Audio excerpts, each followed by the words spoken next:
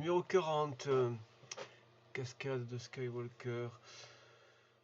Donc on néglige les frottements de l'air. Dans un premier temps, on imagine que l'accélération de la pesanteur est comparable à celle de la Terre et vaut 10 mètres secondes moins de... Comment peut-on qualifier le mouvement d'Anakin? Eh bien, s'il n'y a pas de frottement, l'accélération, c'est l'accélération de la pesanteur. Et donc la vitesse augmente avec une accélération constante qui est la pesanteur, 10 mètres par seconde carré. Et donc c'est un mouvement accéléré avec une accélération constante, donc uniformément accéléré. Uniformément accéléré. Déterminer l'expression de la vitesse en fonction du temps. Petit b. La vitesse en fonction du temps. Alors, est-ce qu'on a, donc là c'est chute verticale, est-ce qu'on a quelque chose qui donnerait la hauteur ou la distance parcourue en fonction du temps, auquel cas on pourrait dériver? Non, on n'a pas ça. En revanche, on a l'accélération.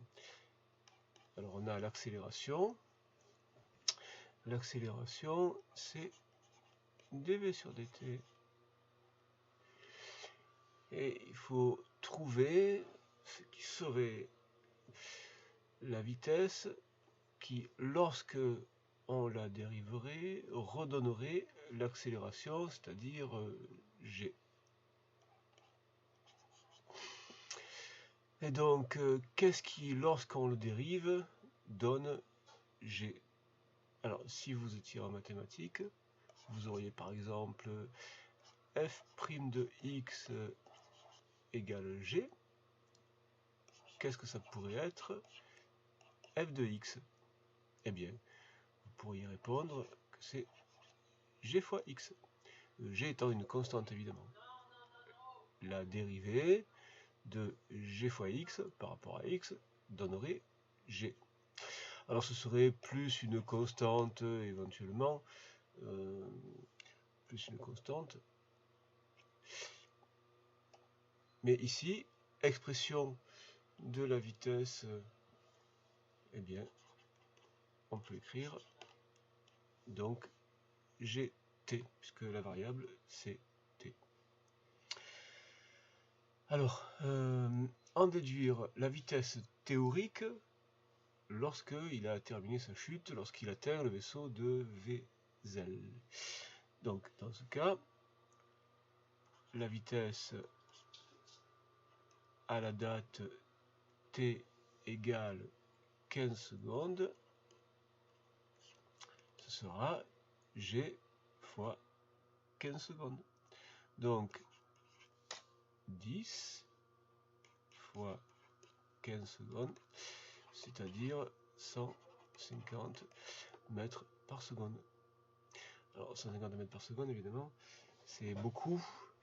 Ce serait extrêmement improbable en raison des frottements.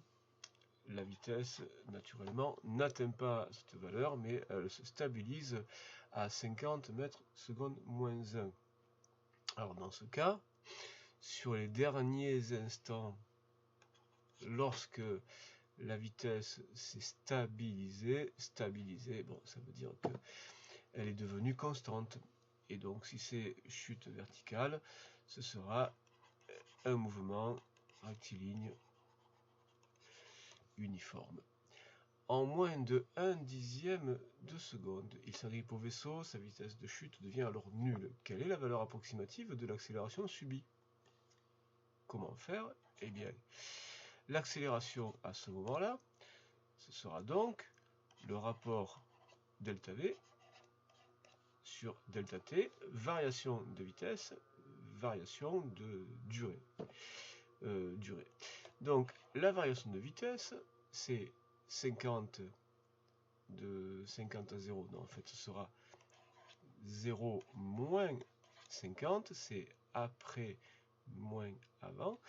Et delta t, eh bien, quelques fractions de seconde, 1/10 de seconde, donc 0,1 seconde.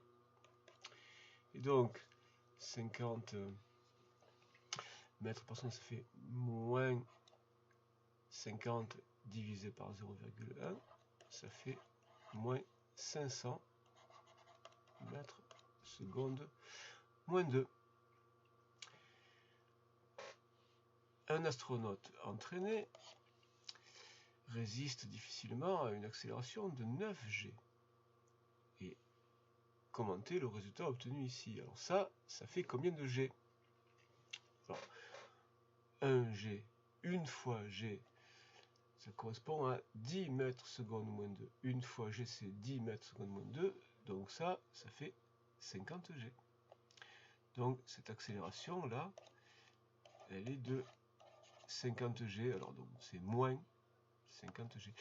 C'est 50 fois G, accélération de la pesanteur. C'est pas gramme, hein. Évidemment. C'est beaucoup plus que le 9.